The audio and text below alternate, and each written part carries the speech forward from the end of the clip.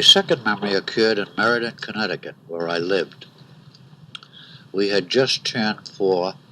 I had just turned 4, and I remember walking one morning in November awaking one morning in November to my mother asking my father to please turn down the record player. It was about 6 in the morning. My father had put on the Star-Spangled Banner and turned up the volume, while I and my 4 siblings were still asleep. It was Armistice Day, November 11th, and World War I was over.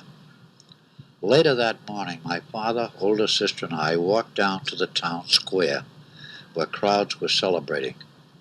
I became fascinated with a cluster of overhead wires with switchboards and electrical components to handle the trains that crossed right through the center of the square.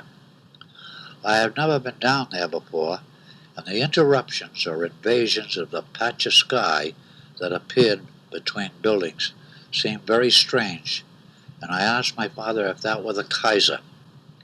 That was a word that I had heard frequently in conversations between my father and mother.